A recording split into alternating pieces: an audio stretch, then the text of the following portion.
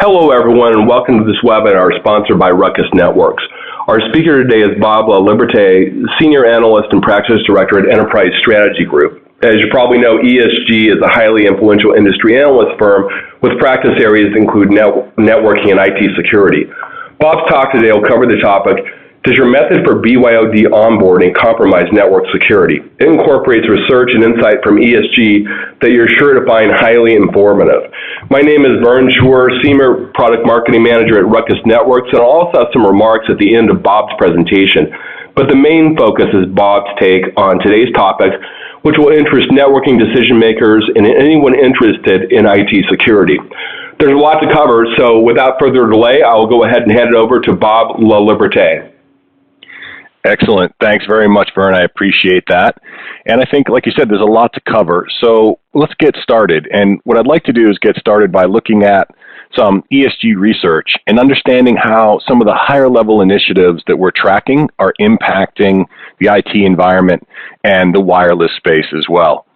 So if we go and look at this slide, this is from data that's been collected from our 2019 Technology Spending Intention Survey. And it's important to understand the context. This was 600 IT decision makers that was spread across North America and Western Europe. Mostly, the majority of them enterprise, about 30% were mid-market customers. So the key takeaway is that the IT environment is evolving. And for a lot of you, it might be rapidly evolving, right? It's moving a lot faster than it ever has in the past.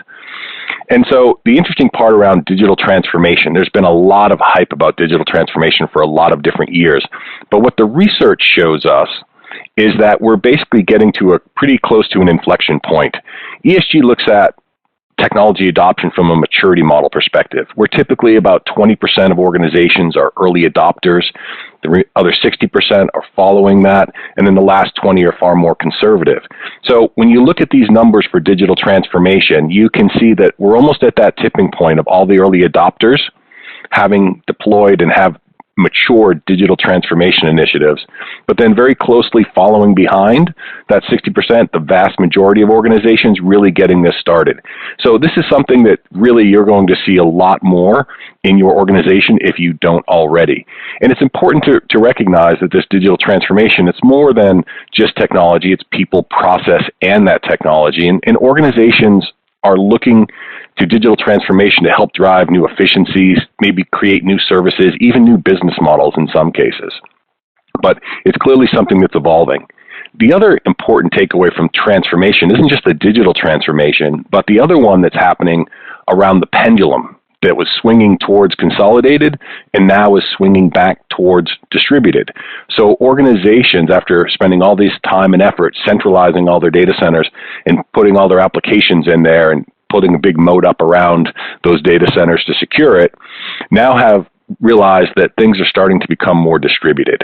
So not that they're going to be distributing data centers per se, but there's going to be some distributed computing, there's going to be direct internet access happening at the branch offices and so forth and other remote locations. So multiple different transformations that are occurring. Now, at the same time, we've been tracking IoT. And again, thinking about that maturity model perspective, IoT initiatives are a little bit further along. According to the research we have, 36% of these respondents said they currently have IoT initiatives underway, with an additional 41% in the next 12 to 24 months. So again, another big initiative that's going to be putting a strain on IT. And this is actually something that's also helping to drive some of that distributed compute. Because as organizations are deploying these sensors, the reason they're doing that is so that they're able to get that information in real time and make decisions, whether it's to improve customer experience, ensure the quality of a product, etc. That's driving a lot of this compute that's happening out at those remote locations. So it's critical that those devices are connected and can basically get their data to that remote location to get that analysis done in a timely manner. And this is happening, again, and how it relates to Wi-Fi is that a lot more of these IoT devices are becoming IP-enabled. And as that happens, you're starting to see more and more of the burden shift to the IT teams to have to be able to operate and protect those devices. The ultimate reality of all of this transformation and the evolution that's happening is resulting in your environment becoming far more complex. So this is clearly an area that organizations are responding to. As you can see in this survey, 66% of the people who responded, of the organizations that responded, said, yes, indeed, our IT is more complex than it was 2 years ago. And a lot of you on the phone may be thinking, yep, that's really not a shock to me. I'm living this. I understand it. And we don't ask the question just to clarify, is it more complex or not? But we then ask the follow-up question is, what's causing this complexity? And so as you can see in the data here, the top driver of this complexity, as they reported this year, was the increase in the number and type of endpoint devices. So that's really something, and you can think of that as both a combination of really IoT and also user devices that are being used to access applications on the corporate network. Interestingly, the number 2 was the data. So it's the sheer volume of data that's being transmitted. Again, you can see how IoT impacts that with more sensors collecting more data, driving it over potentially that Wi-Fi network and into the corporate network. There's going to be a lot more complexity. So what does all that mean to all of you?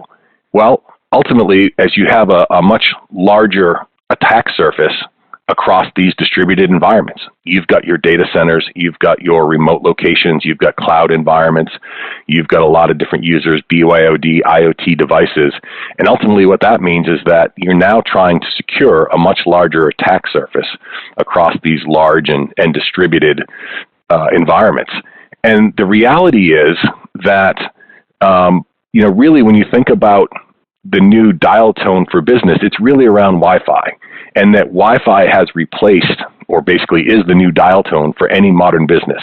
As people come in, as they go to all these different locations, the one thing they're looking for is, how do I get on Wi-Fi so I can start and become productive? So that's really what we're starting to see. And the reality is, by distributing this attack surface, by distributing the environment, by opening up to get as many people on as possible, it's opened us up and organizations up to potential risks and threats. So I thought it would be interesting to maybe look at a few of these and see how that has impacted, the environment as a whole. So when I think about Wi-Fi and breaches, obviously the first one that comes to mind is the TJX data breach, where, they weren't really maybe using the best protection for their Wi-Fi, but it was a breach that highlighted the fact that attackers were getting more sophisticated and that they were going to leverage the Wi-Fi network in order to penetrate your organization and to be able to steal that personal information that so many of these organizations have. The next one that I wanted to highlight was around Target. And so Target was an interesting one. I think it was a HVAC system that maybe had the wrong level of privileges for an outside vendor that they were able to target and get on and get into. This one was really interesting to me, just outside of the technology breach per se, but also because this really changed the game from data breaches. Up until this point, a lot of times when there was a data breach or something like that, it was the problem of the CIO. And yes, heads would roll, but it usually stopped at the CIO. In this particular case, this really changed the game and opened up security because, in this case, the CEO lost their job, and now basically put every other CEO on notice that if there is some type of a breach or a hack, that ultimately the buck is going to stop at your desk and you're going to be the one responsible for it. And then the last one I wanted to bring up is around the casino fish tank, where you have organizations where someone had deployed an IoT device. In this case, it was a thermometer in a fish tank that ended up getting hacked. And what that ended up happening was, and this was just in their lobby, because they hadn't set up any separate networks or any kind of access control, that IoT device was connected to their corporate network and enabled the hackers to go in and get access to private information on some of their biggest customers. So again, what you're seeing is you've got all these different things reaching from just the Wi-Fi to HVAC, IoT type devices, and even fish tank thermometers in a casino lobby that are opening you up to potential risk and have threats of an impact to your business. So what I wanted to do is go back to the research and share with you the fact that organizations are what they're reporting for their cybersecurity investments. And the key takeaway from this slide is really the fact that they're distributed across a wide range of initiatives. And you can see there's things around network security, things around endpoint security and access management as well. It's highlighting that those are priorities. So this in and of itself is really to set up the question that I wanted to ask everyone that's attending is when you think about your cybersecurity investments and so forth, when was really the last time that you evaluated your secure network access process? When was the last time you took a good look at that and really evaluated how that was helping or hurting your business? You know, as I mentioned last time in a few slides ago, that Wi-Fi has become the new dial tone for business.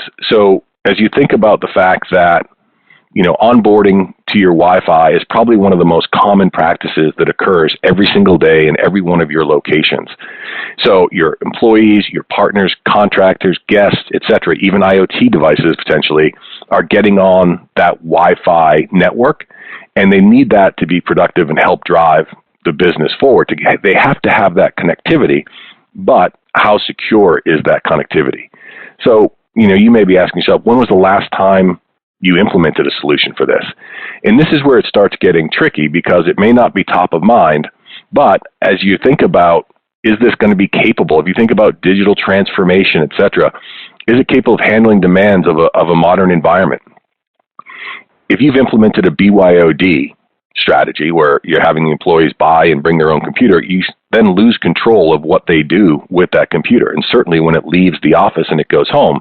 So you're setting yourself up for a lot of risk where organizations, you know, these employees, et cetera, contractors, even guests, you're at risk of them bringing some type of a virus or other malware back into the organization when they come in for the day, right? And with IoT and all these IP-enabled IoT devices, distributed locations, guest networks, et cetera, the key thing I think here is, you know, when you think about, when you lay down at night and go to sleep and you start thinking about this system, you know, does it make you nervous, or are you confident that you've got everything covered? And lastly, again, the idea is, where does it fall on your investment priority checklist? So, you know, thinking about how you answered just some of those last few questions, it may be something that maybe it's time that it moved up a little bit higher. And I wanted to go back to ESG research here as well to be able to show you that once you've made that decision and that you're going to be getting a new solution, I thought it would be helpful for you to understand how your peers are justifying their new IT purchases. So again, looking at the ESG research, these are the top justifications that are given to the business to justify IT purchases. So really no surprise that security is number one. Given all the breaches and things we just talked about, it's always going to be important to be able to improve your security posture and to demonstrate that your org, that it's going to be in a better position as a result of purchasing new technology. And then I think, you know, this was really interesting because, you know, when I told you about the Target breach and the CIO, CEO issue, it was interesting because I was at an event in New York City. It was a networking event. There was someone from a very large transportation company there in the security department. And they had just we were talking about the breach and when it happened. And he was confiding in me that, yes, he had had a number of proposals that had been stuck waiting for signature for a number of weeks, if not months. And how funny it was that the day after the breach was announced, that all of those purchases, all of those proposals got signed off and were ready to be ready for them to purchase. So it was interesting that on that day of the conference, the CEO announced his retirement for that. And I turned and asked him, what does that mean? And he said, well, it means tomorrow I'm going to go and put a whole bunch of new proposals in front of my CEO. And again, so thinking about that whole security posture is something that's absolutely at that CEO level. So, security, obviously, risk mitigation, extremely important. But don't forget about customer experience. also being extremely important. In fact, when we cut this by certain verticals, customer experience actually moves up to the number one spot over security in some organizations. So if you think about healthcare, think about potentially higher ed, things like that, where being able to provide a differentiated customer experience is really important. Same for retail, things of that nature. So you really want to be able to make sure that you're providing a good experience and making it easier to consume those Wi-Fi services. And keep in mind that customer experience doesn't just mean your company's customers. As being in IT, your customers are your fellow employees, are your executive team, et cetera, the contractors that work with you. Those are your customers. So ensuring that they have a positive customer experience is important. And then lastly, you can see the improving the business process. So I really look at this as being closely tied to digital transformation initiatives and how do we operate more efficiently. We've already established the fact that IT is going to become a lot more complex and a lot more difficult. So in order to have the same number of people manage these more distributed, more complex environments, we have to be able to improve our business processes to make it more efficient so that employees can do more with less. So ultimately, what you're looking for are solutions that are able to basically give back time to those in the IT staff and IT department. So this is also probably a good time to take a look, and we've talked about what does your existing solution do, but maybe a good time to go back and a minute or two to look at some of the issues you're probably facing with your current onboarding solution. So there's a lot of different ones, and I'll try and walk through them, but certainly the first one that I think about is the pre-shared keys. And I'm guessing a lot of you out there on the call right now, their company has this solutions. It's funny, the last time I was back in industries about a year and a half ago, and the company I worked for, we did a lot of work with major telcos, and they had really serious security compliance for us, so much so that it was things like they would come and physically inspect to make sure none of our employees' monitors were facing an outside window so that someone could view in and see potentially information we had about them, et cetera. Yet, when you walked into the conference rooms and office, all over the place, you'd see Post-it notes with the passwords, right? And this is especially true for the guest networks. When you went into the customer meeting rooms and things like that, guest Wi-Fi were prominently featured everywhere. So, obviously this creates a potential risk if those passwords, those passkeys, are shared outside of the office. So whether that's a disgruntled employee, a contractor, a customer, et cetera, who could potentially pass that information on. Another area that's really a challenge for organizations is that lack of granular policies. So this is really the ability to how do you set up different policies for access amongst your contractors, your employees, even employees in different departments. Does everyone need access to everyone? This is basically about, potentially setting up kind of a zero trust environment. How can you ensure and implement policies that ensure that people only have access to what they're supposed to have access to? And so this is where, again, thinking about your existing solution, what level of support does your current system really have? Or are you just limited to, we have a corporate Wi-Fi network and we have a guest Wi-Fi network? And again, the problem there goes to with the BYOD, if someone breaches that mode, if they get in and they get on the corporate network, they have access potentially to everything. Unencrypted data, obviously a challenge in this day and age when you think about the ability for organizations to intercept that wireless data and so forth. So the ability to, encrypt that data is going to be far more important, across the board. So, certainly in all your locations and remote locations. The re-entry of the passkeys and passwords is definitely an issue. And I actually added this graphic over on the right-hand side to illustrate that point. In our research, our 2019 technology spending, in addition to those 600 technology decision makers, we actually also reached out to 200 business decision makers and asked a few questions about their perceptions of IT. And it was really interesting. We had a number of them, almost a quarter of them, of these business respondents said that IT was an inhibitor to their business. And when we asked them what was causing that, what was the problem behind that, you can see 38% responded that there were too many passwords to remember and manage. So if you think about the fact that, when you roll out a new system, or if you've got a Wi-Fi network, maybe with multiple vendors, et cetera, each which require their own passkeys, things like that, it may not seem like a lot to you, but to the business side, it's putting a huge burden on them, and it gets them frustrated and so forth. So just keep that in mind when you're thinking about that in your existing system.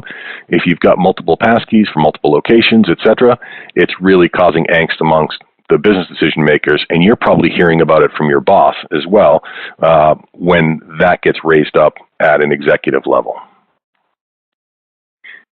Some of the other challenges that we see as well, think about just the lack of visibility that you might have. So you've created this environment, you've opened it up to all these people, devices, BYOD, but do you really have significant visibility so that when there's an issue or something, you can actually drill down and see where that problem is, where that problem's emanating from, and be able to react to it very quickly and be able to take a bad actor offline very quickly. And this has really implications when you think about it too, that ability to audit as well. So are you able to meet your regulatory governance compliance issues through your Wi-Fi infrastructure if you don't have any visibility into who's using it and what they're using it for? Okay. The other issue that you see with a lot of these legacy onboarding approaches is that because certainly of passwords and passkeys, things like that, that you tend to get a lot of support desk inquiries. So this isn't going to be great, especially if we just talked about the fact that as organizations are dealing with this more complex environment, they need to be more productive. But how can you become more productive if you're spending most of your time responding to trouble ticket issues all day from people in the organization, new contractors, new employees, guests potentially, trying to get onto the network, and they're not able to? And ultimately, when you think about these challenges combined, what it ends up resulting in is really poor user satisfaction and a poor experience. And as you know, when users are frustrated, it's not that they're just filing tickets, but they're also busy complaining around the water cooler and complaining up the chain of command that they're less productive because they can't get onto the Wi-Fi or they're having problems with the Wi-Fi, which ultimately impacts your business.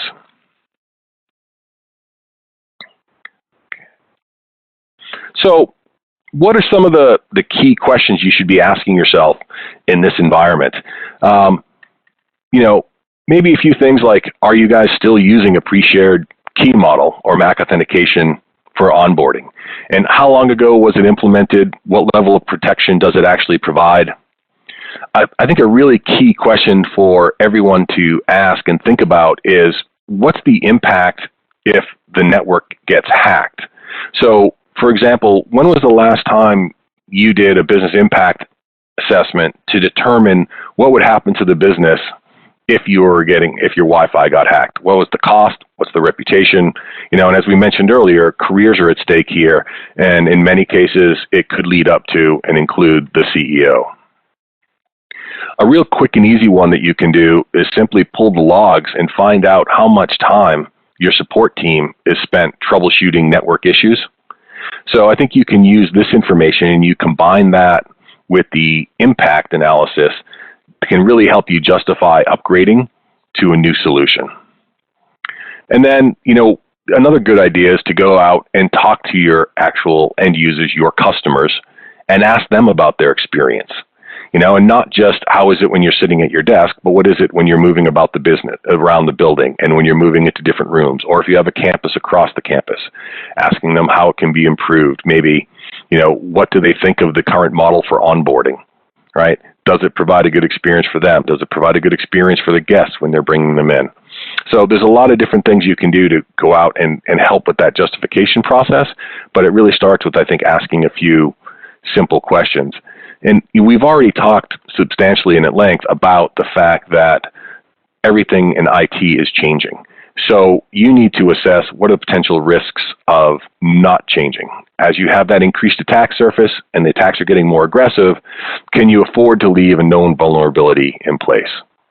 And lastly, do you understand the risks of having insufficient security measures around network access, especially again with that increased BYOD devices and the potential tsunami of these IP-enabled IoT devices that are going to come as these IoT initiatives mature and scale in size.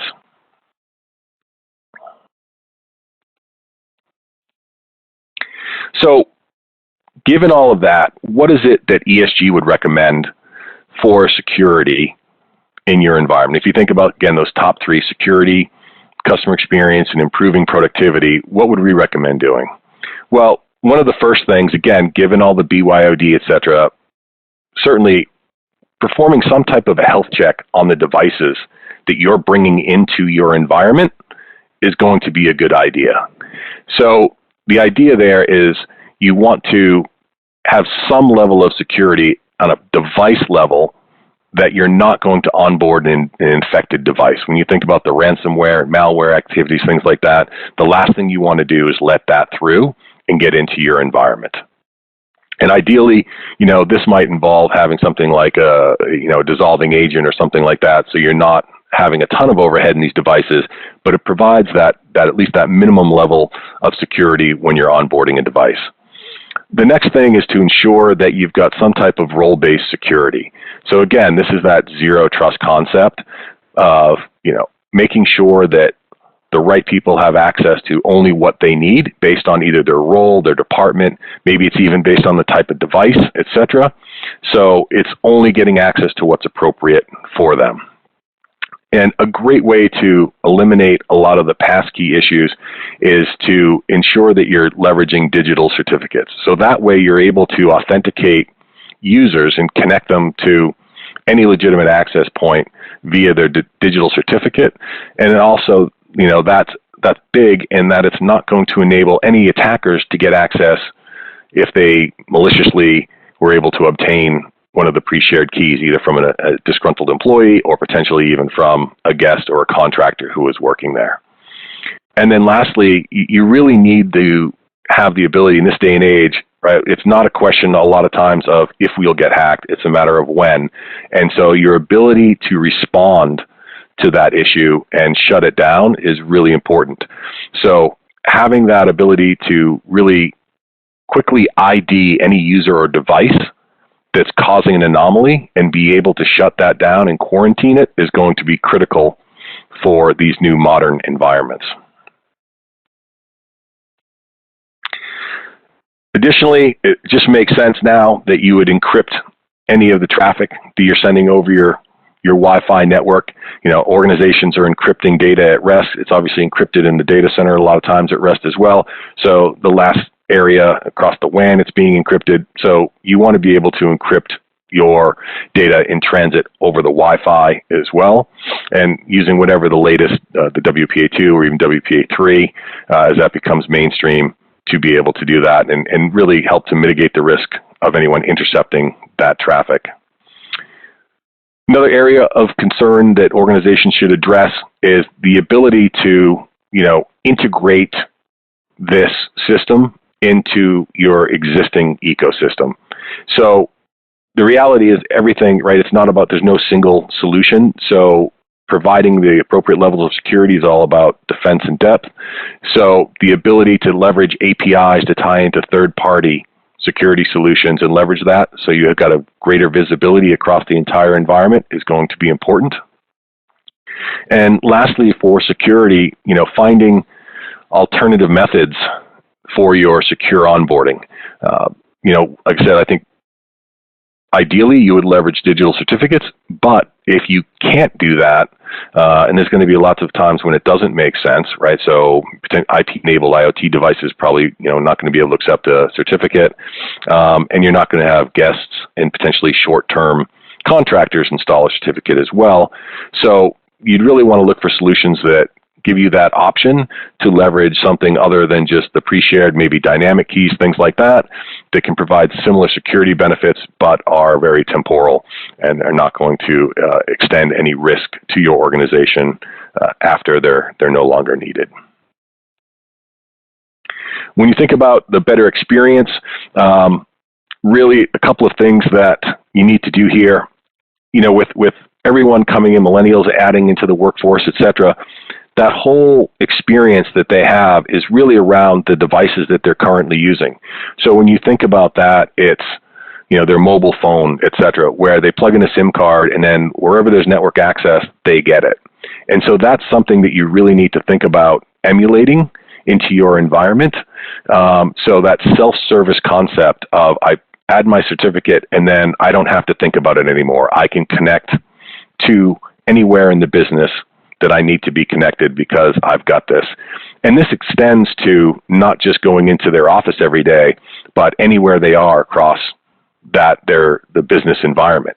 So it's not just about the self-service, it's also about them having a similar experience regardless of where they are in the corporate network. So anywhere along those campus that they've got the ability, whether it's in, for higher ed, it might be going across from a dorm to classrooms, et cetera, that they're not having to change their passkey to access a printer that's in the library versus one that's in their dorm, et cetera, things of that nature. And they don't really care whether the AP is from one vendor or another. All they want to know is that they can get access and they can connect to the applications that they want to. So these are two areas I think that are really critical to ensuring that organizations are delivering a better customer experience to their users.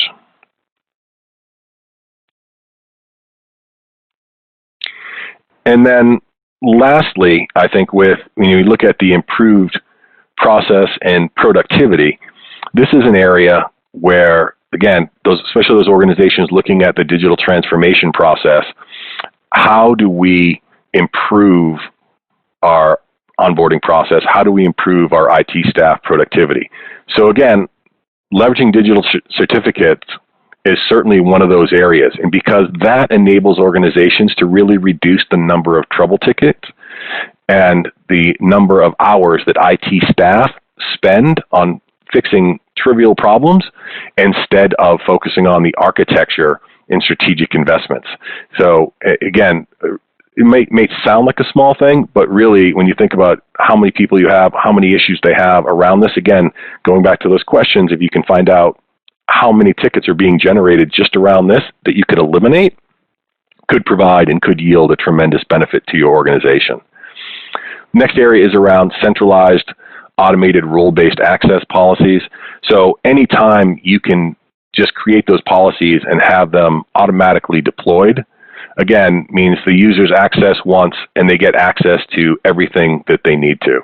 So this is really somewhere where, again, you can gain tremendous amount of productivity just by automating those policies. And then the granular visibility down to the user and device level is absolutely required. Again, as I mentioned, in order to reduce the time spent troubleshooting and to rapidly map any suspicious devices to a user and then be able to immediately mitigate that and take corrective action is going to be really critical for an organization. And in some cases, that granular visibility, right, might come down to even the health check, where the device never even makes it onto the network to begin with.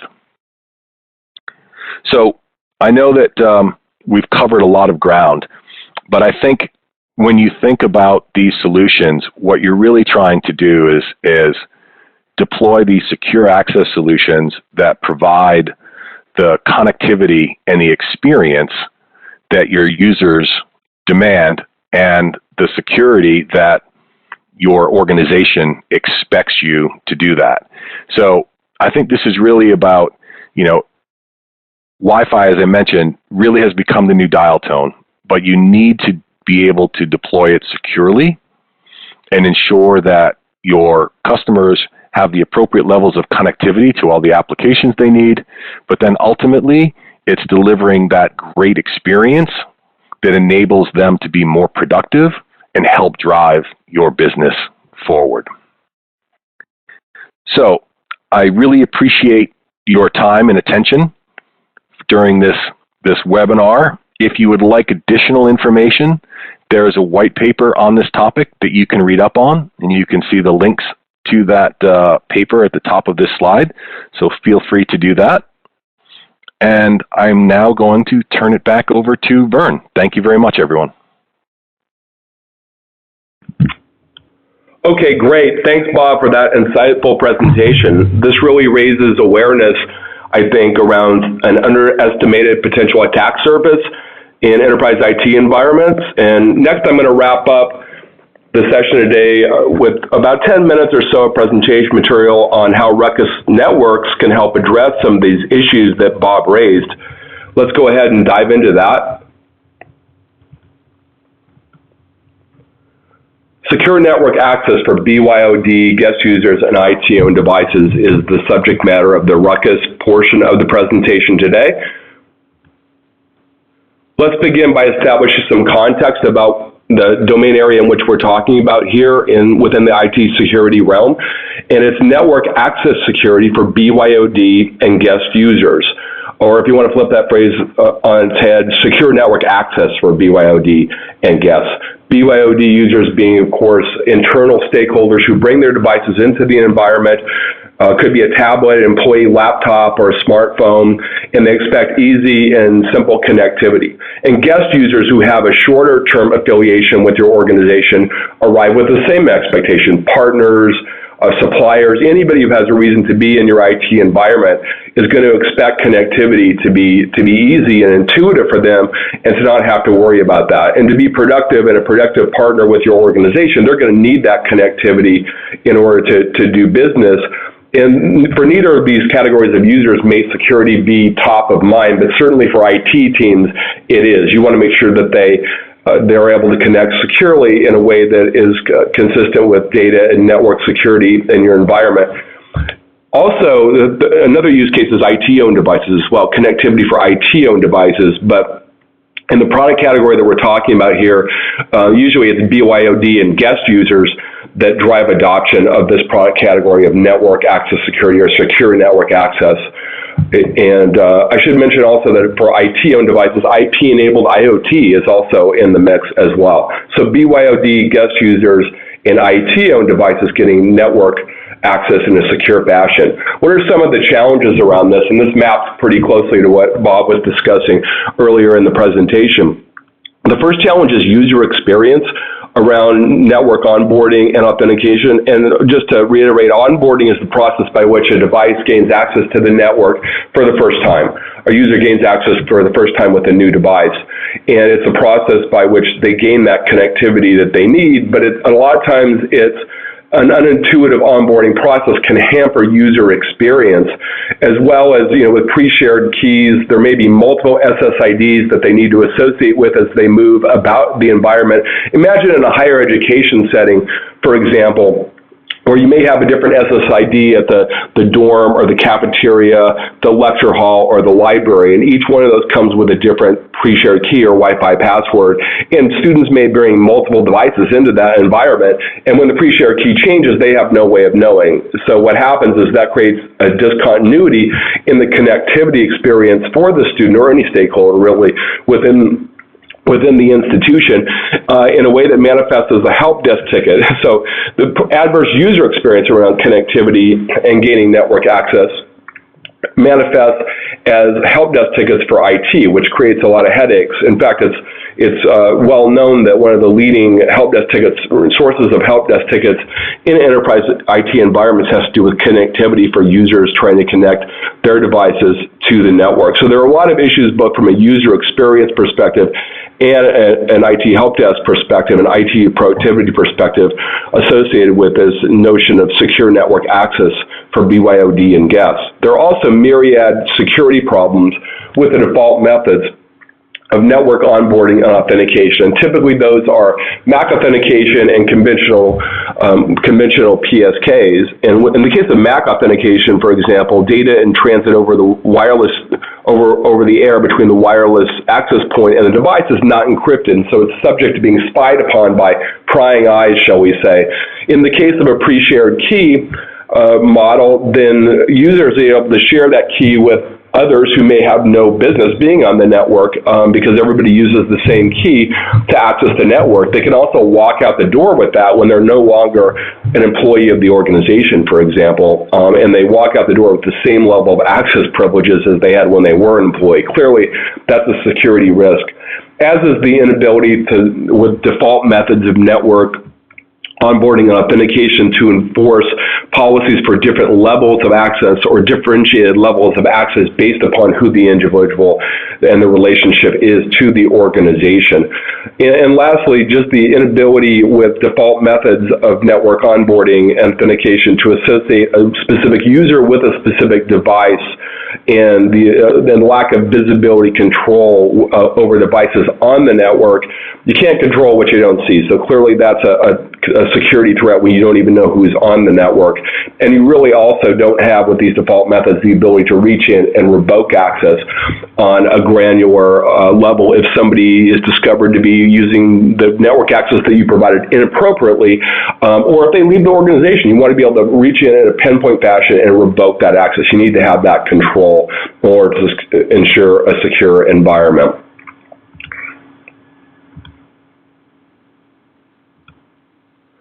So you may not be surprised to learn that we actually have a product offering that addresses these concerns around user experience, IT experience, and security. And that product is Cloud Path Enrollment System. And Cloud Path Enrollment System is software as a service, your choice, that delivers secure network access for any user in any device on any network. You do have a choice to deploy either on-premises in a virtualized environment, or you can use it as a SaaS offering hosted by Ruckus in the cloud. And it works with any device that a user is likely to bring into your environment, whether it's an employee laptop, a tablet, or a smartphone. And it supports both BYOD and guest users, as well as IT-owned devices. And very importantly, when we say any network, we mean that it's entirely network agnostic. This platform for secure onboarding. It's network agnostic, meaning that it works with other people's infrastructure. We have a lot of customers who have Ruckus infrastructure, wired and wireless, who use Cloud Path Enrollment System. We also have many customers who use other vendors' systems or wireless and wired network infrastructure. And the key thing around that is you don't have to be in a refresh cycle for your infrastructure to roll out this system for getting users online quickly and easily and securely. So Cloud Path Enrollment System is our offering in this area. Let's drill down a little bit on the security functionality associated with Cloud Path Enrollment System, what we bring to the table here in terms of security. And the first element is encryption for data in transit over the air between the access point and the device. And you recall that this is one of the failures of Mac authentication, but we shore up that security hole. We plug that hole up with WPA2 enterprise powered encryption. That's the highest standard that's in broad use today. And soon WPA3 will be in the mix as well. That's been announced by the Wi-Fi Alliance. So beyond encryption, we also have authentication, network authentication based upon digital certificates. So you're able to make sure that only approved users are able to gain access to the network, and unapproved users, or people who shouldn't be on there, aren't on the network. And so digital certificates in the system for managing that is a key security feature as well. And users should only be able to have access to the resources on the network that are in keeping with their role in the organization. And for that, Cloud Path Enrollment System has role-based policy capabilities. So you're able to provide policy-based access that gives them only the right level of access based upon who they are or with the relationship to the organization. Guest users, for example, typically are only granted internet access only. That would be an example, whereas internal users who have a need to know have higher levels of access to network resources.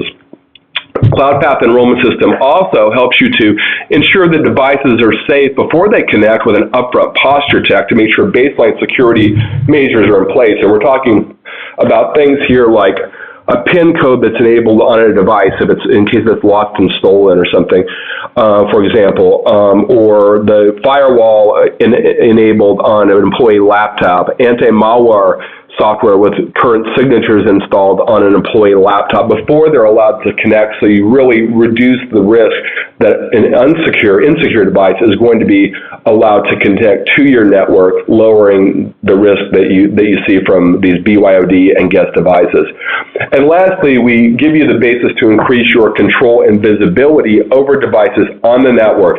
You get the ability to associate every user with a device and the ability to revoke access at any time. So that visibility lets you revoke access when an employee leaves the organization.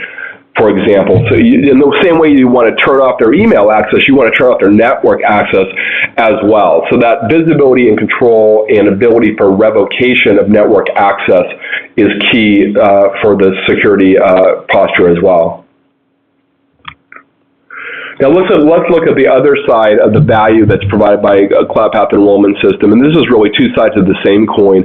Employee self-service in terms of the onboarding process, the means by which users get connected for the first time, manifests as better user experience, but it also results in better experience for IT, because employee self-service means that IT doesn't have to get involved in the onboarding process. I think we're all end users ourselves, of course, as well as being in the IT industry. But as end users, I think we're conditioned in a variety of circumstances to be, conditioned for self-service, shall we say. So this is something that end users in your environment will really take to, because when they try to onboard their device onto the network for the first time, they go through an intuitive workflow that you have the ability to customize for them based upon what type of user they are. For internal users, for example, would use their existing Active Directory credentials to log onto the network on day one. Visitors would go through a slightly different workflow, but similar in a way that's also very intuitive on day one. And then on day two, they connect automatically in a process that's entirely transparent to them. So they don't have to go through an onboarding process again and again. It's a one-time only thing. And IT doesn't have to get involved, which is really a great thing, because user is happy. You see a happy user here. IT is equally happy because they don't have to do any manual intervention to get that user connected. And then they're also, we're also secured by those security features we reviewed in the previous slide. And so the benefits of Cloud Path Enrollment System is that it increases security for users, devices, data, and the network. It streamlines that network onboarding process so that users are happy and they don't have to worry about it after the initial onboarding process, both BYOD and guest users. And thereby, by streamlining that process, it reduces the burden on IT. And remember, you probably experienced this as well. Network access issues are a big driver of help desk tickets for most IT departments, in lacking such a system as Cloud Path Enrollment System for smoothing that process. So those are the benefits of Cloud Path Enrollment System.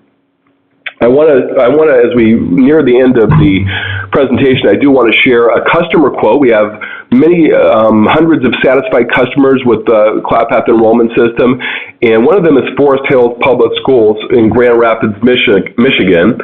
And we have a quote here from Chris Olliger, who's a systems engineer there, and he says, CloudPath gives us an easy way to attach devices to our wireless network securely without manual intervention from IT. So you see the story that I just told about easier onboarding and easier connectivity for end users and lower overhead for IT really does play out in customer environments as well. And we actually have a case study, a written case study, and a video as well on this particular satisfied customer that you might want to explore, which is a great segue into the next slide, which has to do with where to go to learn more, to discover more information about Cloud Path Enrollment System.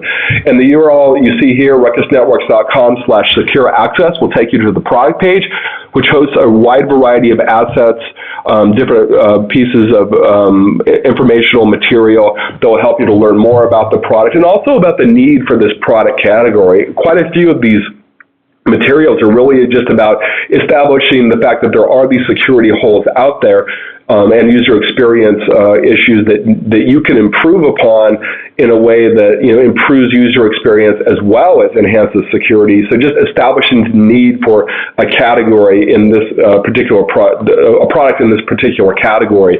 We have a product overview video, a PDF version of the white paper from ESG that Bob referenced a little while ago, customer case studies, and just really a wealth of assets to help you learn more about secure network access and about Cloud Path Enrollment System as a way to address that need within your organization. And that actually is going to end our presentation material today. Thank you for joining us. That is the Ruckus portion of the presentation. Since this webinar is offered on demand only, we won't be fielding any live questions. But if you do have any questions, I invite you to contact me at the email address shown here. I also invite you to follow me and Ruckus Networks on Twitter. And lastly, I'll say thanks again to Bob for a great presentation, and of course to all of you for listening in.